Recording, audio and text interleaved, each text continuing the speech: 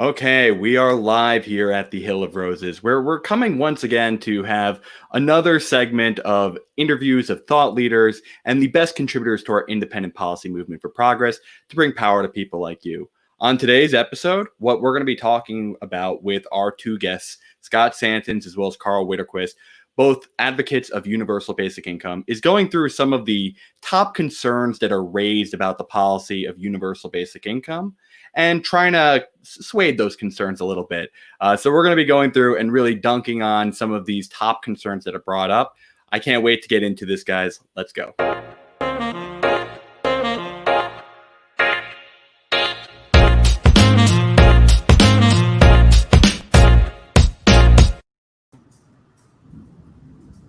Back. Hey, Scott, Karl, how you guys doing? It's been a bit. Good. Good to see you, John. It's great to see you both as well. I want to ask, how have you guys been this current summer? How's it been feeling this constant grind of trying to get this universal basic income passed when we got some traction, but we're not crossing the finish line yet? How's you guys been this summer, Scott? Well, it's kind of funny too that Karl and I are in the same city, so it's kind of similar along those regards as far as experience goes. And yeah, I mean it's great to see a big advancement in the discussion. It's unfortunate that it's under these circumstances, but yeah, there's been a lot of great discussion, a lot of great advances, not only here in the U.S. but around the world. So it's it's an exciting time for UBI, and hopefully, we can make some further, progression and actually get some emergency basic income going, and hopefully, other possibly a permanent basic income in some country somewhere as a result of this. We'll see. Yeah, I think that's so true. You've been seeing a lot of these countries embrace it in the emergency sense. And we've had both South Africa as well as South Korea now exploring further the idea of implementing a permanent one. Karl, how have you been spending your summer? What have you been up to advocacy-wise? I know you had come out with a recent white paper recently. Well, not exactly a white paper, but a cost estimate. I've been actually was initially excited by all the talk about the emergency basic income, and then, as usual, frustrated and disappointed by how much the actual policies in most countries deviated from the emergency UBI model, even the ones that tried to use a name that made it sound like it was a version of basic income. But there's still more time to go, and it's become something really relevant on the political table with this crisis in a way that it hasn't before. So those are still really hopeful signs for basic income. Now, my own work, I finished a book that Grant McCall and I have been working on for a very long time, sent it off to the publisher and relaxed a bit. Then a guy emailed with a paper we've been working on together that I've been months with, and I finally got some time to look at that. So that's coming out. That's cost estimates for basic income in the UK. That's, I think, what you meant by the white paper. And a few people. So we've released that as a discussion paper, and we're submitting it to a journal. And some journalists have written about it, which has been really, really good news. And then, sadly, George Floyd got murdered.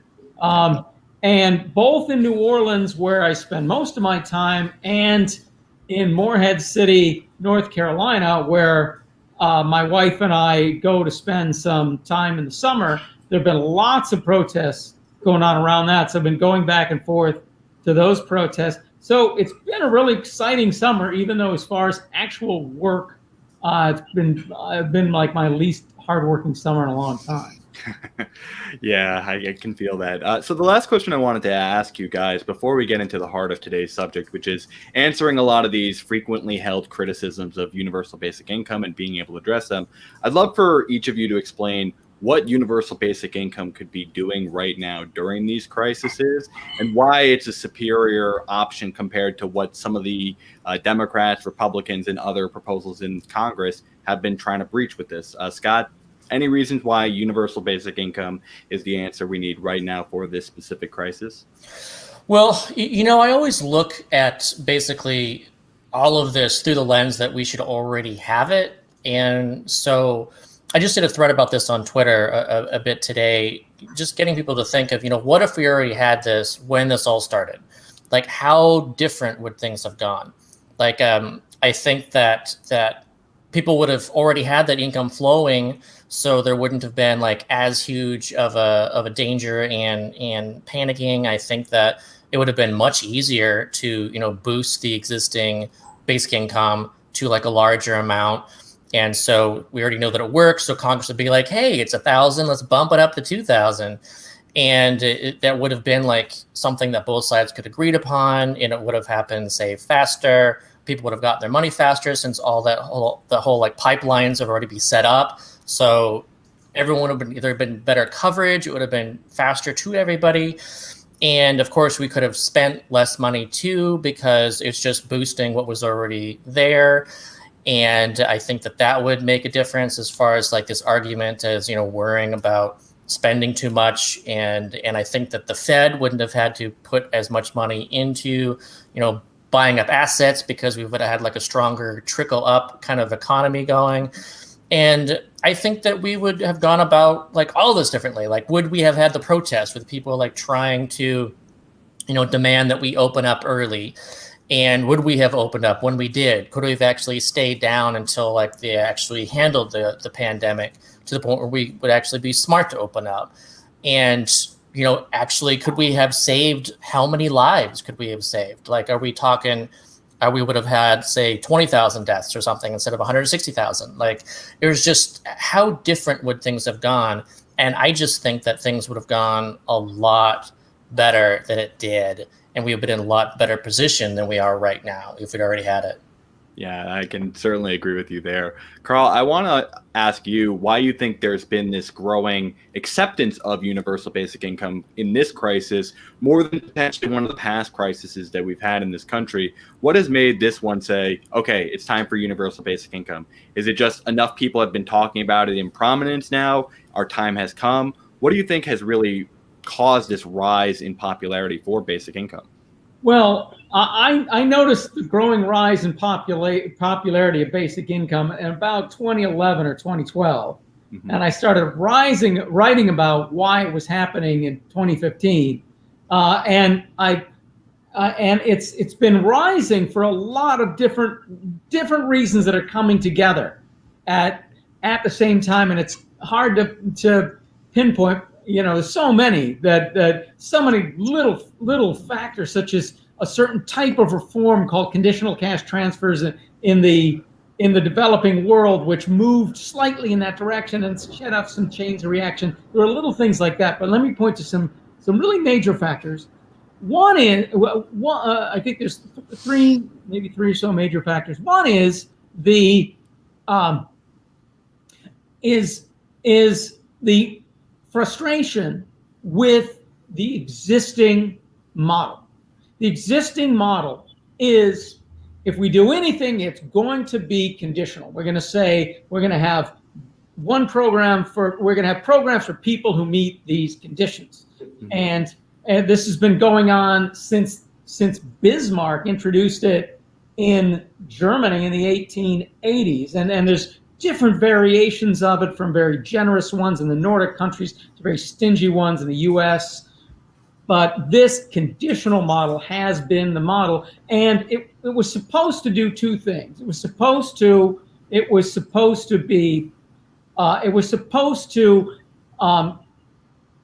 people want to. It would say, well, if people would prove themselves by showing you're needy by getting a job, or you're needy by proving you can't, then people are going to want to give, and that'll protect it from attack. And then that will eliminate poverty by focusing on these various causes of poverty. It's never eliminated poverty, nor is it really capable of it. But also, it has not protected it from attack, and not protected people. Have never looked at all these conditional programs and say, look, they've proven they're needy. Now let's help them. They're like, look at these people, conditional for this program. Let's single them out and demagogue them and get rid of them. So it's frustration with them, but it's also a lack of fear at attacking this perception that even some major towering figures, such as in the United States, Johnson and Roosevelt were afraid to attack the idea that it's got to be, if you can work, you must work. Supposedly that people used to think, well, you'll never get people to give for programs that don't include that. But we're finding out people don't give the programs that do include that, and that a real progressive policy needs to attack that model. That model is based on the idea that the rich shall judge the poor. And if anybody ought to be doing any judging, it should be the other way around. So people are ready to fight that model. They're unafraid to fight that model, and they have more reason to fight that model because they have 120 years of experience that it never really works the way it's supposed to. Now you combine those with 10 or 15 years of activism, building on activism, there's more and more people interested in this. Andrew Yang has turned so many people on to basic income. We're now turning other people onto it. But he was brought around by 10 years of activism of other people that were doing this stuff. So it is people building on people. Those things are all coming together now. While we have a crisis, we need some out-of-the-box thinking. Well, what's the most thought-out, out-of-the-box thinking proposal to deal with economic crises like these? It's kind of crazy how that gets considered outside the box. Like, it's a very simple solution. Like, people don't have money right now. Let's give them some. So it's crazy that you're right, though. It was once considered outside the box thinking, and now it's becoming more mainstream. Well, the box is still the rich shall judge the poor. Yeah, that's true. I just want to add on to what Karl said, is because that's like the big picture kind of view. In a quick summary, but also just more recently, it seems that this movement within the coronavirus pandemic of the increase in people liking the idea comes from basically two avenues, and it coming from one, people are actually experiencing like the safety nets and for the first time, the loss of their incomes, and like a large amount of people have, say about 7 out of 10, I believe, have either lost their jobs at some point during this or have seen reduced incomes as a result of this. And so suddenly with them being in this situation, they're like, wait a second, like this system right here sucks. And I'm open to this new other thing that means it's unconditional. I don't have to worry about any of that. And suddenly I don't think about these other people as bad people because it's me. I need this. And I think that that's a good idea.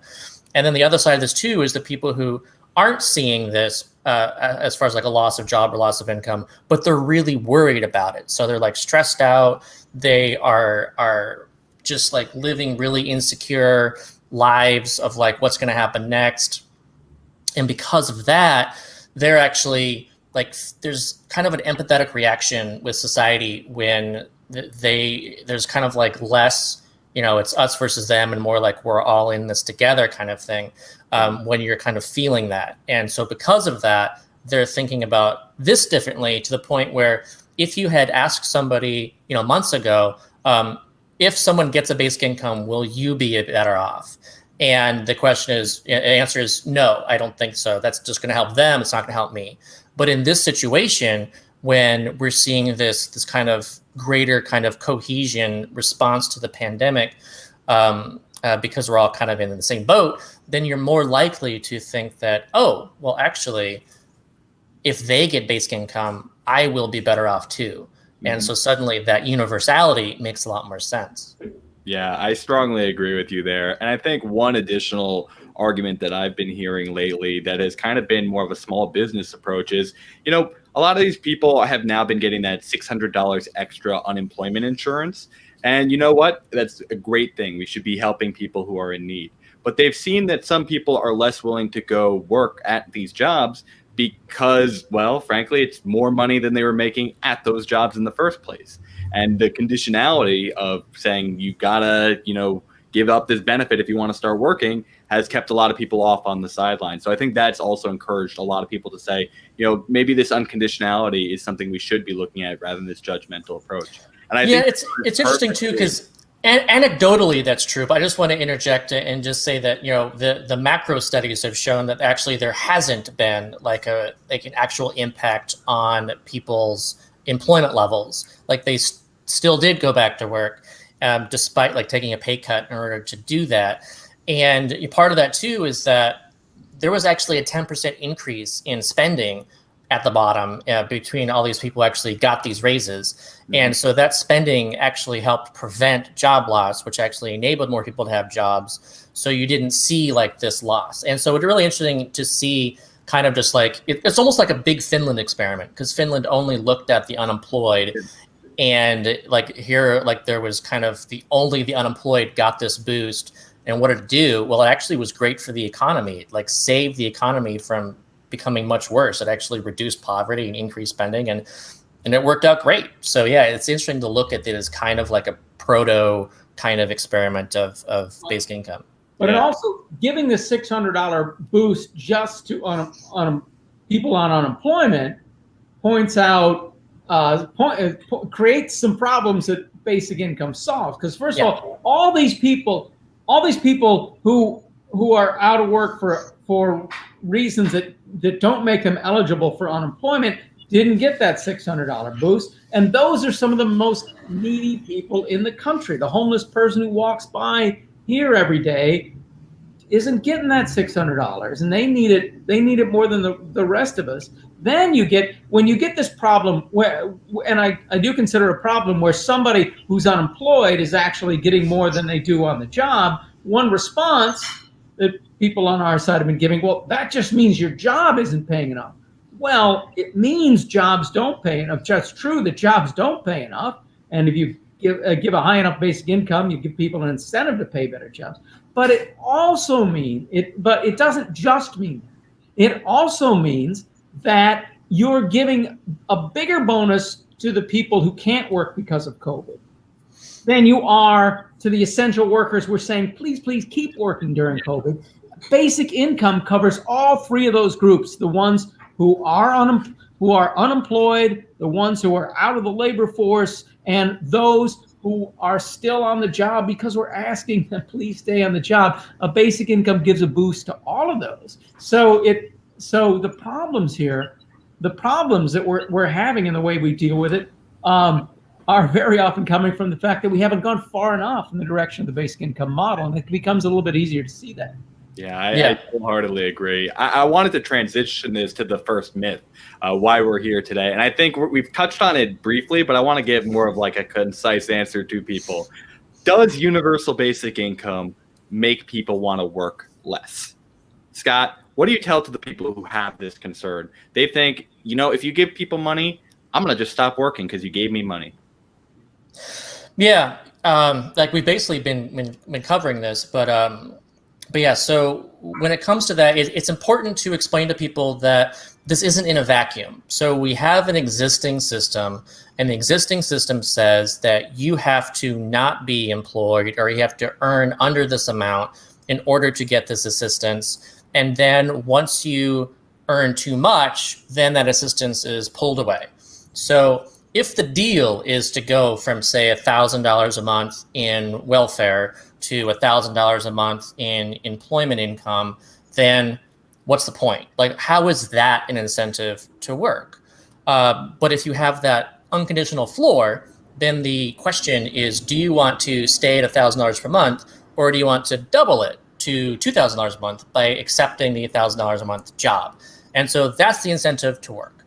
So as Karl has said before, that you need to, the responsibility for the work incentive actually rests with the employer. So it's the employer that should incentivize jobs. And if they want to incentivize jobs, then you say, all right, well, we have to pay enough in order to get people to do those jobs. We can offer more benefits. We can change the hours. Maybe people need more hours or fewer hours to do this. Like, there's a lot of things you can do in order to incentivize work, but that incentive relies on the person who wants that work to be done and not on the person themselves who has that income. And so that's mainly. Go ahead.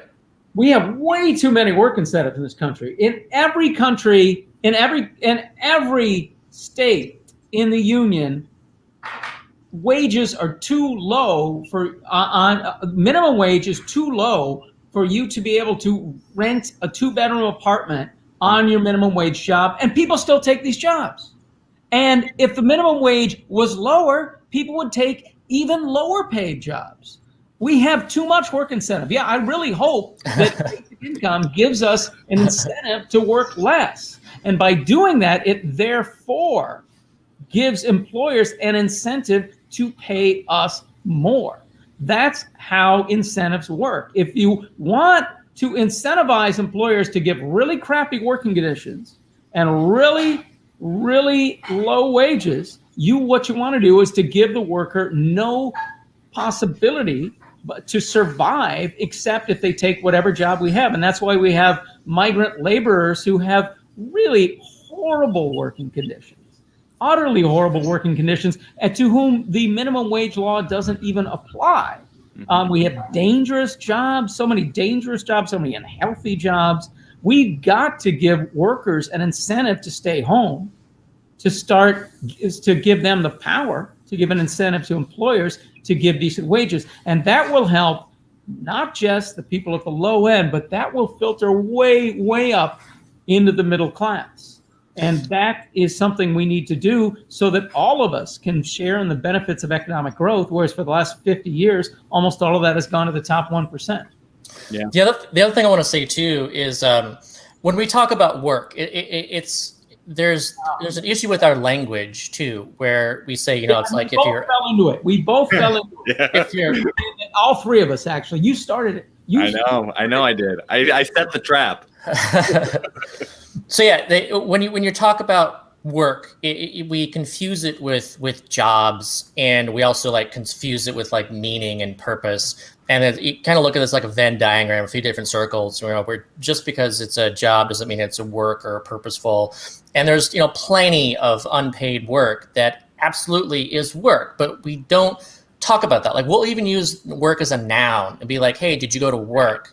As a place where you do work, and at home it's not work, but of course it is. And so when we're talking about work, it's well, hey, let's enable work in a way that's purely voluntary and people are deciding for themselves what work is, instead of being told what work is or isn't just because you're paid or not paid in order to do it. So we really need to kind of widen out and kind of just be careful with our language. So just one thing I try to do is I talk about work, and I say paid and unpaid work, and I try to divide that out. And if I talk about jobs, I usually try to say that's paid work instead of saying it's a job, to try to get people to think about what is unpaid work and that kind of thing. Well, yeah, and while we're on the subject, most of this, the vast majority of this unpaid work falls into two categories. It is care for children and care for the sick, the disabled, and the elderly. And the vast majority of that is being done by women. And we often treat work in the sense of employment or taking a job as it's somehow more important than leisure, anything that is not getting paid for to do a job. But actually, a lot of that leisure in a real sense is work, and a lot of it is far more productive than the work that we get paid to do. Some of the work that we get paid to do is killing our planet.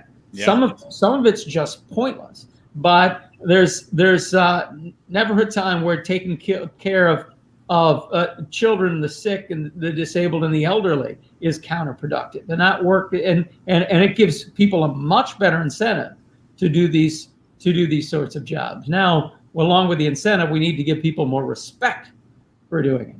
Yeah, I wholeheartedly agree. I think that's one of the most interesting things about universal basic income is it really does automatically question that what is value that is being generated by the economy, that unrecognized labor. And I'd love to hear in your opinions, this goes to our next myth, that there is no appropriate universality, that there's always going to be some conditions where you're going to say, okay, this group gets this amount, this group gets that amount, some groups don't get any, potentially undocumented immigrants. How do you call something universal basic income and then have potential limitations? Do either of you in your universal basic income plans have certain populations getting more than others? And how does it truly fit that universal mold if that is the limitation?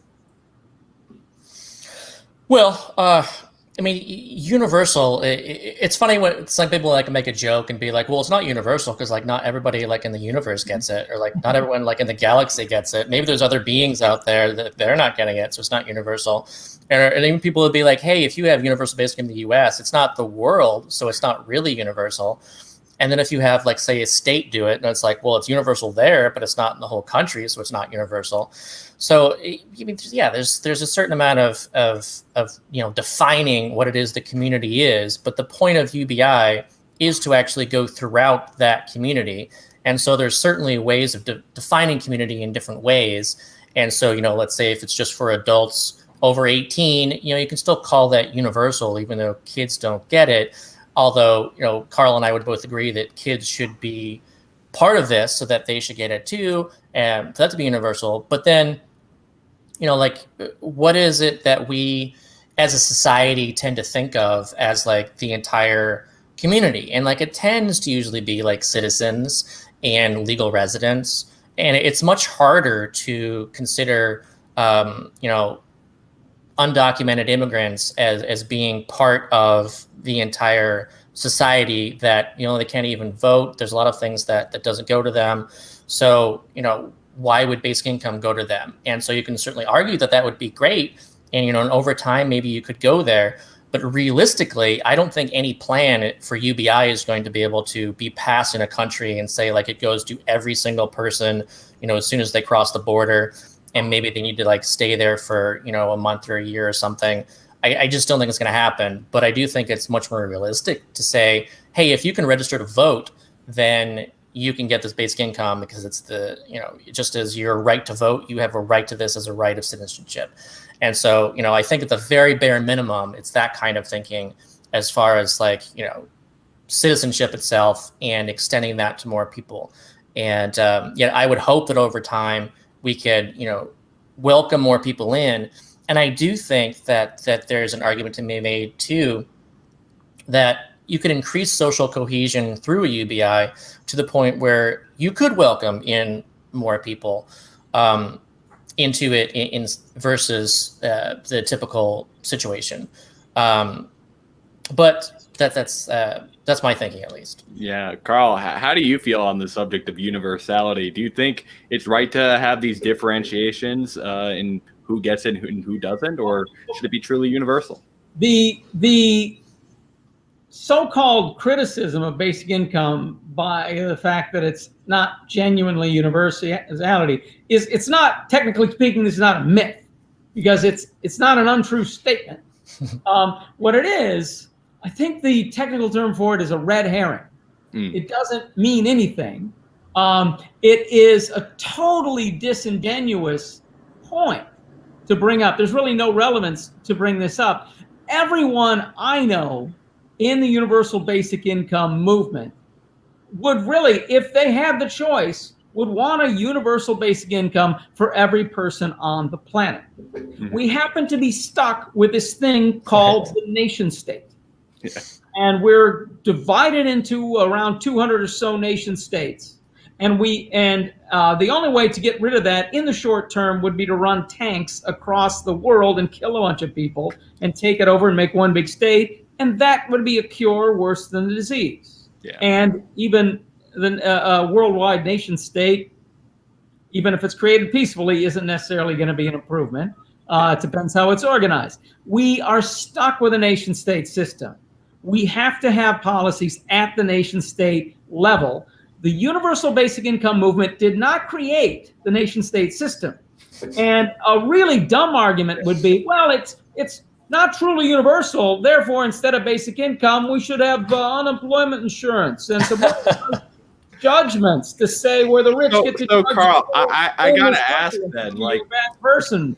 These people will often argue. This kind of like goes directly into the next myth. There's this argument that I've heard from more of like the left-leaning side of the crowd that this is going to hurt the most vulnerable because a lot of these programs are designed to replace the existing conditional safety nets. Do you think that is something that's true, or is it something where it's like, okay, yeah, some plans do, some plans don't? How do you try to say that these people right now who are receiving benefits from these conditional safety nets are going to net benefit from transitioning to universal basic income?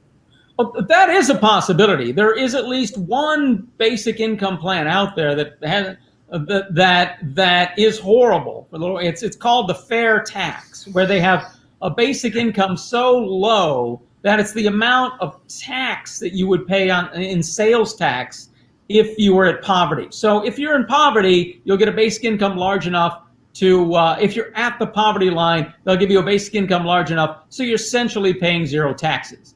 But you're also living desperately poverty, and that's all the help you get. And they want to get rid of every. They want to get rid of every program other program designed to help people. That is a horrible plan. That is a terrible deal. Don't take it. Charles Murray had one that wasn't quite that bad, but was pretty ungenerous as well. Is that if you're giving up, we have these plans right now that don't work very well, but they do, and they vary incredibly by state. And in some states, they do help people significant. Other states, you have almost nothing to lose. But in most states, you've got some significant stuff to lose here. It is possible to get rid of all this stuff and have a basic income so low that it makes you worse off. One thing is that the basic income has to be high enough. Another thing is you don't get rid of other things unless and until the basic income is large enough and stable enough to replace them permanently. And so in Alaska, they've had a basic income for a very small basic income for 40 years, but which is now under attack. But they've never got rid of anything else because of it, and so it is in no way counterproductive. Another thing that could happen, I mean, this is a real danger. This is a real danger, is that you could create a generous basic income and get rid of a bunch of other things, and then a few years later, somebody gets rid of the generous basic income. Now you've got rid of everything. That actually could happen. There's no proof that it doesn't. But what we need is a shift in power and a shift in thinking that we've all got to realize that all of those of us that don't that care about each other and care about everybody that doesn't have enough property ownership that they can retire and live off their cash for the rest of it. We all have an interest in basic income, and the protection of the solidarity and caring, and have a society that's truly democratic in response to that, is what you need to create a basic income that's going to be large and stable for the long term. Okay. And so, Scott, I have to ask you, do you think it's true that like some basic income plans can be deleterious to the point that you would not support them? And then following up on that, how do you try to implement a universal basic income that could potentially be protected from those future attacks, as we had mentioned beforehand? Well, so first of all, I want to talk just a little bit about Charles Murray's plan too, because I think it's just a really good example of also what we were talking about previously. So Charles Murray's plan gets rid of like everything, and it even gets rid of Medicaid and Medicare, and then it provides like healthcare vouchers of like say $3,000 a year in addition to the $10,000 of UBI, and it was interesting how that question was posed to a bunch of economists and academics, and I was like, and they framed it in a way like, do you support this? And of course, and most of them were like, well, no, I don't support that. Mm-hmm. And then like the headlines, were like, like a very small percent, I don't remember how many, but like only like a few actually liked the idea. And let's say it was like 90-something% of them thought it was a bad idea. And so it was like, 90% of economists think UBI is a bad idea, even though it was like this very specific, version. And so you can see like that's the kind of thing that happens. And so you have to look kind of like behind these headlines to see those kind of details. I also just want to mention too, it's funny about the universality question, that there was someone before, and it's happened like multiple times, but the first time I just specifically remember how silly it was. This idea that if you understand universal basic income as going to everybody, but because of the taxation side of it, that there's net payers and net receivers, that because of that, it's not universal. And so it's like, wait a second. So everybody gets it. And he's saying, well, yeah, everybody gets it, but not everybody's a net receiver, so it's not universal. So and it can only be universal if you give your money back to yourself. Like, right. And it's just funny. It's like, wait a second. So you're saying that like universal healthcare isn't universal unless like you use it, because otherwise you're just paying taxes for it and you're not getting it. Or if like, public education, is that not universal? If say you pay for your kids to go to private school because you're not using the public school and you're just paying for it. I mean, you pay taxes to support universal health care and universal education. So it's, and some of us, the taxes we pay adds up to more than we get in the education. It's so basically rooting in that taxation. None of those things. Yeah. Yeah. So I think that's kind of silly. But yeah, so to answer your main question here is, like, I think that it's so important to provide this unconditional power that I think it's really hard to actually make something that actually make things worse, because even if you technically make people worse based on like looking only at income, you have still created a greater power base for them that I think that they would use to actually make things better, as far as like improve other things, improve the UBI, let's say fight for things that they need, even if like fight for improvements in democracy. Like there's just a lot of power there that we confuse. If there's no difference in money whatsoever versus a fully conditional system and unconditional, there's still a huge difference because of that unconditionality. It just makes there's that power, there's the time, it's so much different than just getting this conditional welfare kind of thing. So I just think that people underestimate the importance of the unconditionality in thinking that people will be worse off. And I also want to point out too that right now in the US, there are 13 million people living in poverty who are entirely disconnected from the federal safety net. They get nothing. And so any amount of unconditional basic income reaches all 13 million of those people, especially if you design it in a way where you are sure to like reach all the unbanked and all these people that would usually be excluded, you reach them. So I just think that the unconditionality aspect is kind of what I consider to be the most important thing, and it's also the thing that I think, especially on the progressive left, that they discount. Yeah. And they just think that all that matters is making sure that people have money, or even, vouchers in some kind that they think is better in some way, because you're preventing people from doing bad decisions of what they consider to be bad. So yeah. And then what was the second part of your question? The second part was kind of like that sustainability of universal basic income. Right. Is it going to be this constant football that we're going to have to defend, or are there ways that you think you can protect it in the long term upon implementation, so it's not that deleterious example that Karl brought up?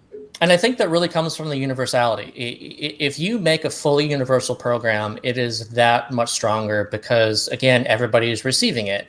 And so even if you're not getting it right now, because you're a net payer, then if you, lose your income in some way, something happens, there's some disaster that hits, whatever, then it's always there for you.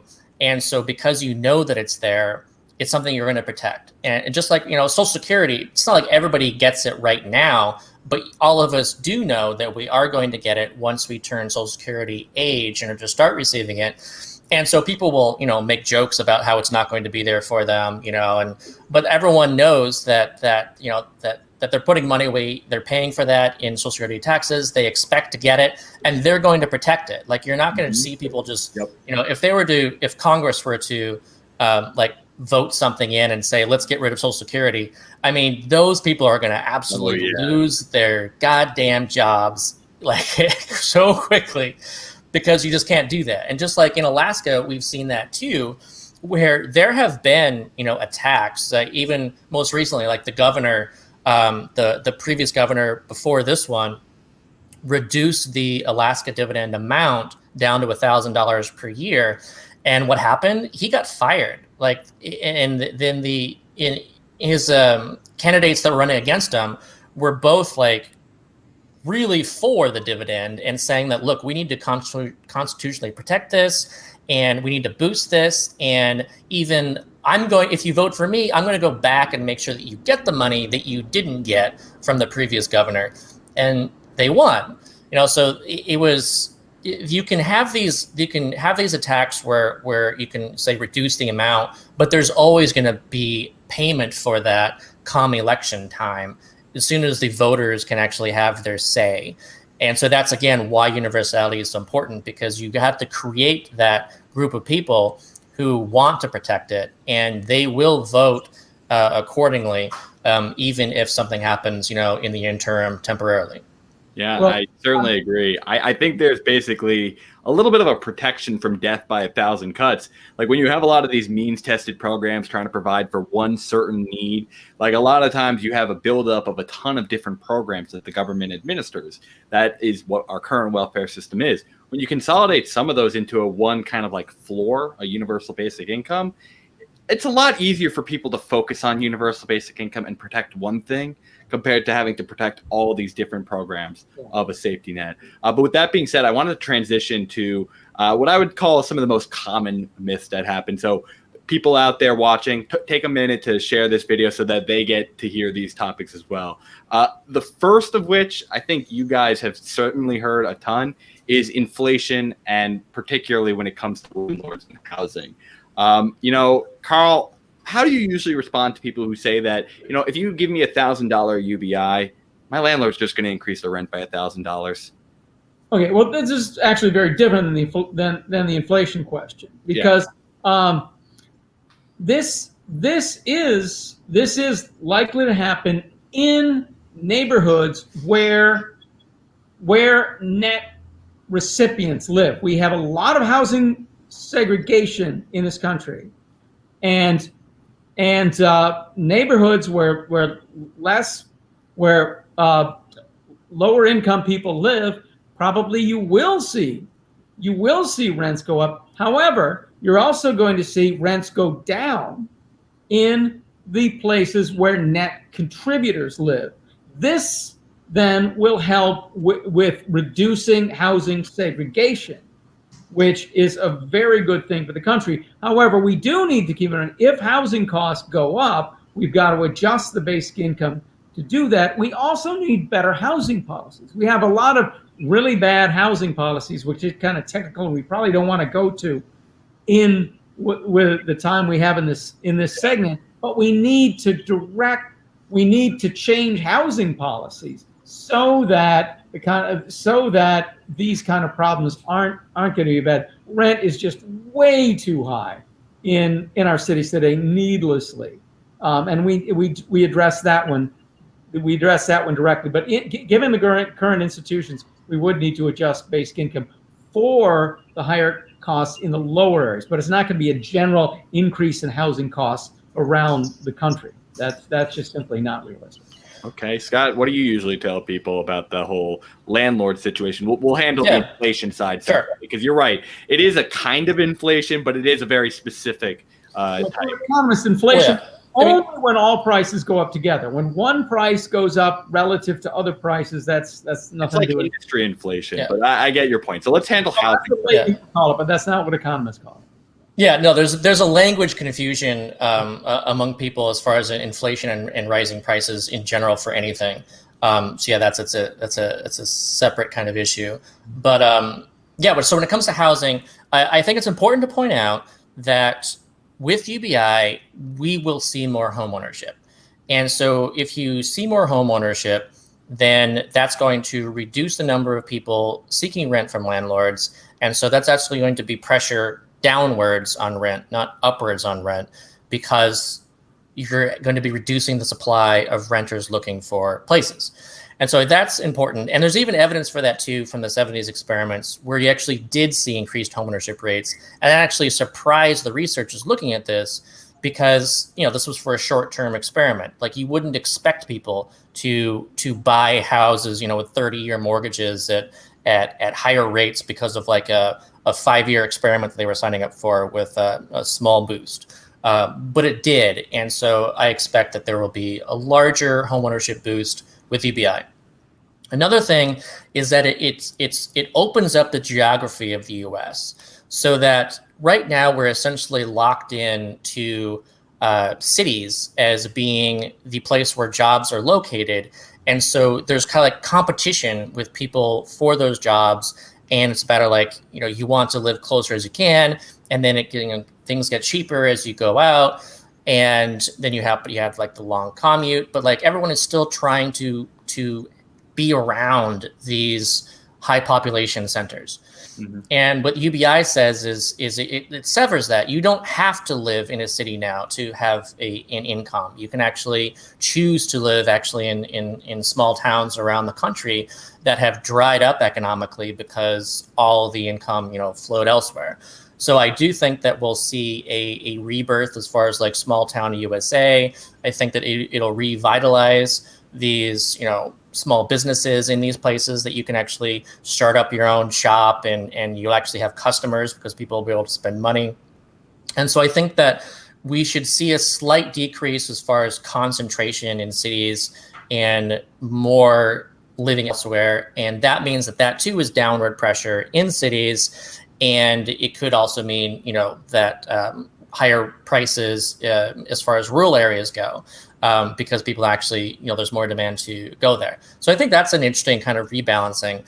And also, I just want to point out too that, again, just because we have, say, $1,000 per month UBI does not mean that everybody is a net recipient of $1,000. So you don't know what your neighbor, you don't know what whoever's living there, you don't know the total net impact of the UBI. You can like guess, but you don't know. So it's like if it would be stupid just to jack it up $1,000 because obviously only very few people are net recipients of $1,000. So it doesn't make sense to do that. You have to kind of guess, and there would be a smaller amount that you would be doing that.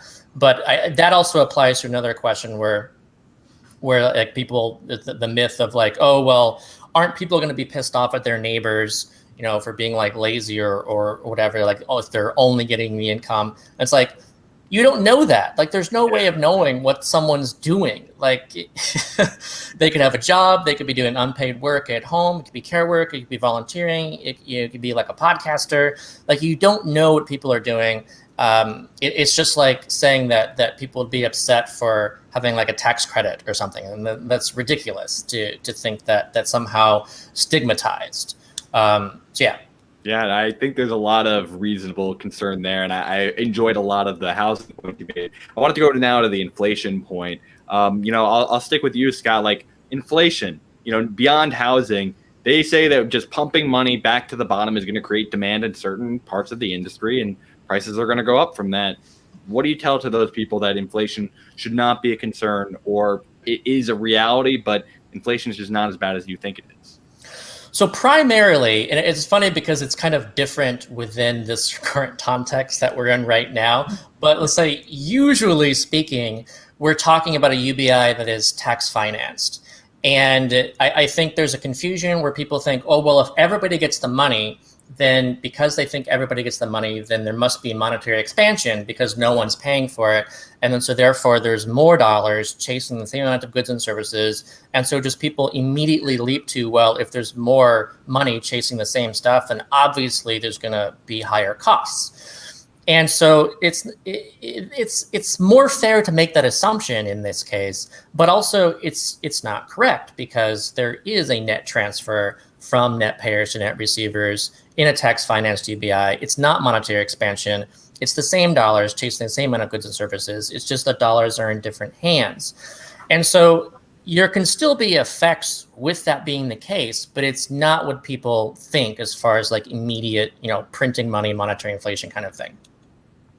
So secondly, too, like, yeah, you can have effects if money is in different hands because of economic multipliers where you're going to have a higher velocity at the, say, bottom and middle of the income spectrum versus the top. So there is going to be more spending. But also, just because that money is there doesn't mean that competition stops existing.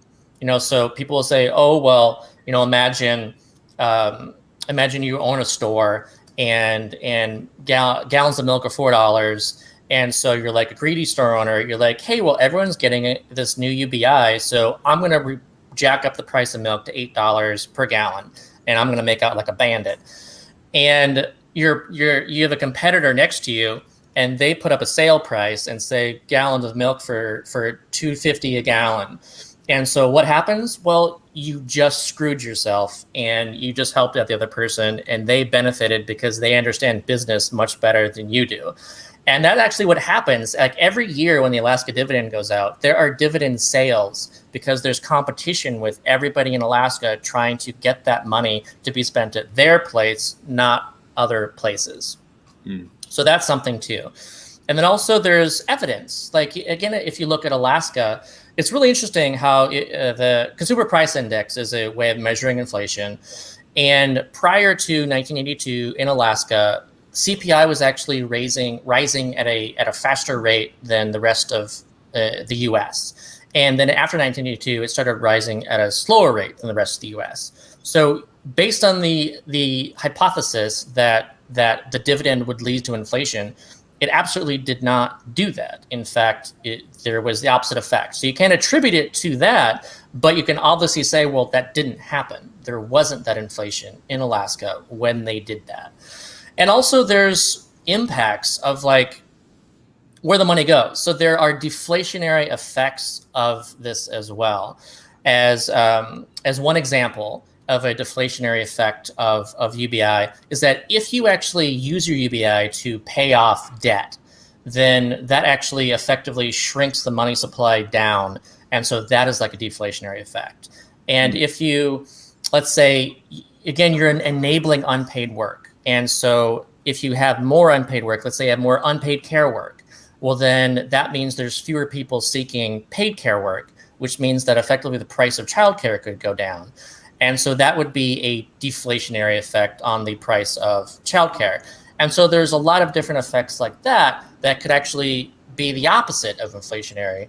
And you have to combine, and think about all these different things together to even consider this. And when you do, it just it's silly to think that it would just have this ridiculous effect.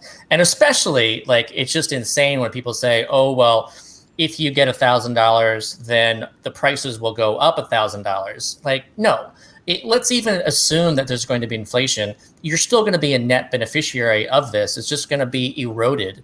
So like maybe your $1,000 actually has the buying power of, say, $500 under like a massive kind of inflationary scenario, but you're not still zero. This kind of zero argument is just silly. So I have to ask, Karl, there's a lot that Scott just went through there on inflation. Is there anything you wanted to add on that inflationary point of what you tell to the critics out there?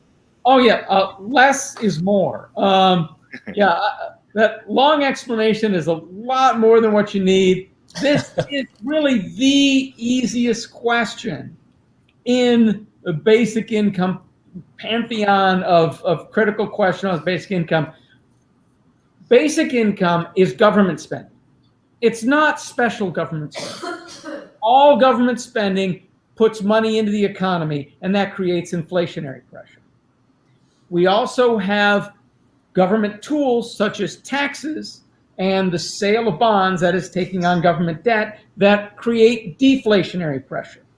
Mm-hmm. Governments have to balance the inflationary pressure that they put in by spending money with the deflationary pressure that they take out by taxing and spending bonds. Now, there are other things in the economy that cause inflationary and deflationary pressure. So it doesn't have to be a one-to-one financing. It doesn't have to be financed one-to-one on a dollar basis. And it changes substantially with the business cycle, how much taxes you need to counteract the and sometimes we're in a point right now because so many people have lost their jobs that there's almost no inflationary pressure to putting money into the economy at a time like this. Now, but all we have to do is keep an eye on that and to tax money out of the economy to keep when prices are going up, and we will not have any inflation with basic income. We just balance the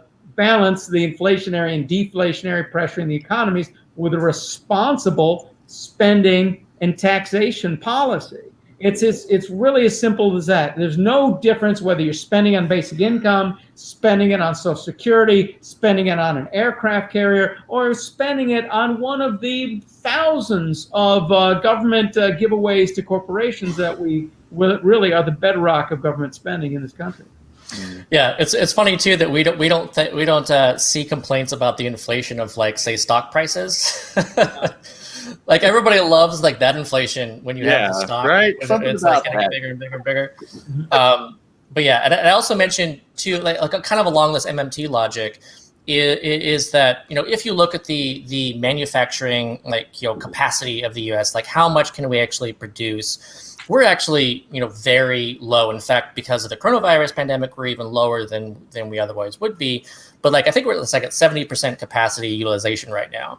And so let's say you do actually just print money and just, like, throw it out to everybody, and they're not even worrying about taxes. Well, you're not going to see, like, inflationary pressures even then until, like, you run up against, like, these maximum capacity limits of, like, close to 100% utilization, because then you aren't able to create more stuff for those dollars.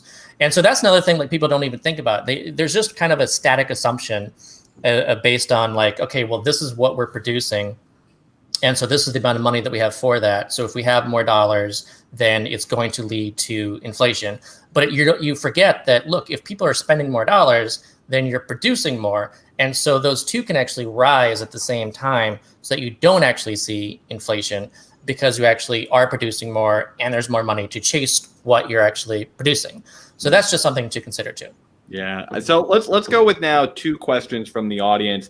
This is covered. I had even more and more I could go through. There's so many critics. Like, it's so baffling to me how many critics pop up at the idea of just let's give people money. I think we've clearly explained how common sense it is today. But let's answer some fan questions here. The first one comes from SR. Other than 10 years of UBI experiments at the municipal level, what would be the fastest, most impactful way to demonstrate to legislators that UBI does not discourage low-wage labor? Basically, I would like to just extrapolate from this. If you could see any UBI experiment happen right now, I know there's been a ton out there. What would you want to see as a UBI experiment? Karl, do you have anything in mind? Well, I strongly want to discourage low wage. I was thinking the same thing. Low wage labor is a terrible thing. Yeah. I've lived with it, and I had the class advantage of I knew that I could rely on my parents and relatives if I needed to, and without that safety net, it'd have been much worse. Now it doesn't discourage people from doing things that's valuable, and as a matter of fact, it encourages people to doing a lot of things that are valuable, such as caring for other people. And if people, if there are jobs that are attractive, it does. There are bad ways to discourage low wage labor. When you make it so somebody actually wants a job, there's a job that is somewhat attractive, but the amount they lose in government programs makes it so they're actually financially worse off by taking this job, or it's financially risky by taking this job. Then that's a really bad way that discourages people from working. And basic income doesn't have this problem. What we have is people who are eligible for housing assistance, and are eligible for food stamps, and are eligible for certain other kinds of relief. When you add this stuff up, and they lose all of this if their income goes above the threshold, a lot of these people then end up having to force themselves to keep their income below this threshold. Basically, that's called a notch. And basic income does not have a notch like this. It's structured so that you make $1, you pay some taxes on the dollar, but you keep the rest, and you keep your basic income, so you're always better off. Now, if you don't want to work because they're not paying enough for you to make it worthwhile, it makes that possible. But that's a good thing. That gives people an incentive to pay you wages. But when they do pay wages that make it worthwhile for you to do it, basic income is structured so that you always have the incentive to take it. And Scott, any experiments you'd want to see before we go to our last fan question and wrap up? I mean, the more experiments, the better, but not for the data. because I feel that for the most part, there is some data that I still like to see that hasn't been focused on, because again, it's like everyone's infatuated with the effect on labor. And so there's like so many of the things that go unconsidered. And so it would be nice to have experiments actually look at these other things that tend to go unconsidered. So as one example, I want to see an experiment that at least looks at, say, the effect of recidivism. There was a more recent paper looking all the way back at the old Dalphin experiment and showing that there was a 15% decrease in overall crime. And so that's like an example too of like, it's still possible to even look at these other older things and come up with new data that wasn't even considered before. And so I think there's just so much data already out there, but I think that experiments are valuable because of kind of being a marketing tool. It gets out to more people. People hear about UBI for the first time because of it. And also because of the anecdotes that come out of it as well, because people are just very influenced by anecdotes. They're memorable. You can remember just what happens to one person. You don't really care as much about like numbers, except for like kind of a general sense of them. But you can really remember one specific story that hits you. And as soon as you hear that story, then you can be like on board immediately. Like, oh, I get it. That makes sense. All right. So that's that I really enjoy about the experiments are the storytelling capacity of them. And I think that that's really a key factor. So for those people who are wanting to do an experiment, make sure that you can actually tell those stories from the beginning to have an outlet and to encourage that and to make that possible, and to do it in like a high quality and memorable way for maximum effect, instead of just doing an experiment and having like this data and then just throwing that out there with like a research paper kind of thing. Yeah, I think you're so right about it being a storytelling tool, because it really does humanize and simplify the issue. Because for a lot of people, the idea of you get $1,000 a month, it creates a ton of questions in your mind more than it creates answers and what potential solutions it can create. And so I think you're right. Creating that simple solution people can refer to that's memorable, that's a good story, is very important from those studies.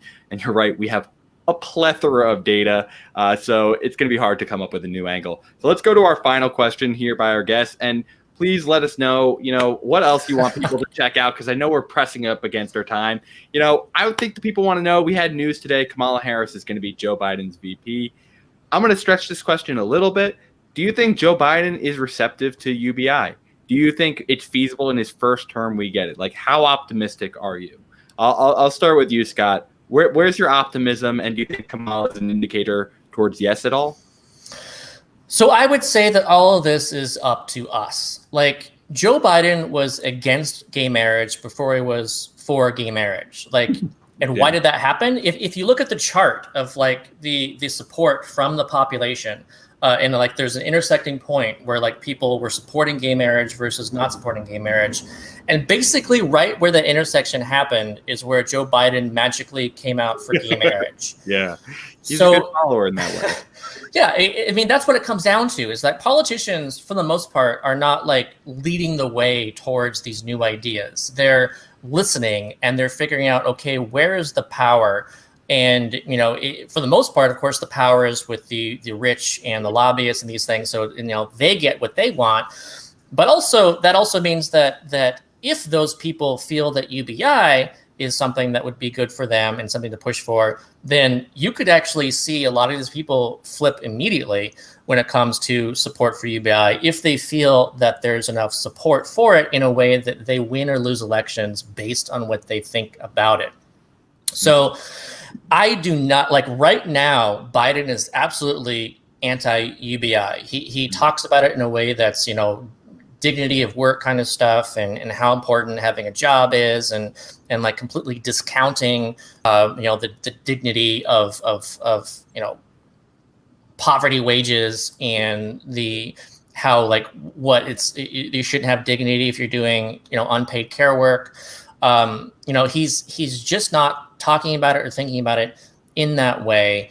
And I don't think he's just suddenly going to start. It's up to us to create that incentive for him to suddenly think about it in that way, because it's politically expedient to start doing so. So yeah, when it comes to Kamala pushing for UBI, like, she doesn't like UBI either. She was pushing her Lyft plan, and the Lyft plan is a typical trapezoidal structure where you get nothing if you're earning zero, and then for every dollar you get $1, and then it tapers off and it flattens out for a while, and then it claws back once you reach a certain point. Great for people who love to pay low wages, because it makes it even cheaper for them to pay low wages. Right. Yeah, that's what the EITC allows, and it's basically a larger EITC. And so that was her choice. Like, it could be a political choice. Maybe she's like a big fan of UBI in secret, and she just like designs all these policies and supports policies that are not UBI. It's impossible to tell, but that policy was not UBI. And, she was against, Yang's freedom dividend when during that campaign. And, even Rashida Tlaib improved her Lyft Act with the boost by getting rid of that taper and having it be flat at the beginning and only taper off at the end. And, it's not like she said, "Oh, what a great idea, Rashida." Instead, she just continued her thing. Mm-hmm. So, like, to her credit, she believes that, like, cash transfers are good, and she thinks that people should have cash and spend it themselves, but she still believes in, like, the means testing part of it. And so on the one hand, no, she's not for UBI, but also at least that she's for cash. And I think that she could be convinced at some point, possibly, to start thinking about UBI differently. So, I think that there's potential there, but it all comes down to us and making sure that we create a large enough amount of pressure on these politicians like Biden and Kamala and everyone else, so that they suddenly think UBI is the greatest idea ever. Okay, yeah. Karl, your thoughts? Neither of these two, neither Biden nor Harris are going to push for UBI. They will not be the standard bearers of UBI. But Biden is a historic moderate in the Democratic Party, but he's a moderate in a sort of like go with the crowd moderate, not somebody who's ideologically committed to that side. So he's kind of a lagging indicator of where the economic party is going. So with this big growth in the progressive wing of the Democratic Party, I think there is a very good chance that will drag Biden and therefore Harris as well towards more progressive policies. And I think Scott's right that it depends on us. It depends how big that groundswell with. If these people who are definitely not going to push for it, definitely not going to be our standard bearers, but might be people who come around if and only if they're pushed hard enough. Whether we can push hard enough in this administration, I don't know. But this is a long game. If it doesn't happen now, we got to take heart is the movement going to grow over the next 4 years? Even if it, I'd much rather see it happen tonight. But if it's not happening tonight and it's not happening tomorrow, if we keep the movement growing, that's what we have to. That's what we have to take a heart, and we got to be prepared for the long haul, even if we're disappointed in the short run. Yeah, I certainly agree with you. I think there is going to be some disappointment before the satisfactions. I'm hoping, very optimistic here, 2023. Maybe we're going to start seeing something, wrapping up the term, getting something nice in there. But Karl, Scott, thank you so much for being here. Scott, is there anything that you want to make sure people out there can check out of your work or others that you want them to take action on today? Well, not for me, but just make sure everybody knows that the Basic Income March is going to be happening on September 19th. So, you can go to basicincome.march.com. And, if there's a march in your city that's already planned, please sign up for it. And if there's not a march in your city already planned, then help plan one and volunteer for that to help make it happen. Because these marches can happen, not only in the US, but all over the world. And, let's try to make this even bigger than last year. Mm-hmm. And, you can also go to incomemovement.com as well. To make sure that you're engaged in like these grassroots, actions and stuff like the march to help make this happen. Yeah, in the short run, that's the thing to do is get involved with Income March and the Basic Income Week. Last year we had them in 30 cities on all 6 inhabited continents. I'm hoping this year we can add Antarctica. Yes. Not optimistic Antarctica this year, but 2023 maybe I'll be marching in Antarctica and McMurdo Station. But Scott and I will be among the speakers in New Orleans. If you're near New Orleans, they're already planned in a bunch of cities around the U.S. If they're not in your city, think about planning one. Even if you can, and if nobody else goes, if you can't get to one and nobody else wants to go to your march, film yourself walking down the street and put that up on Income March's website as being the event in this town, and that means something.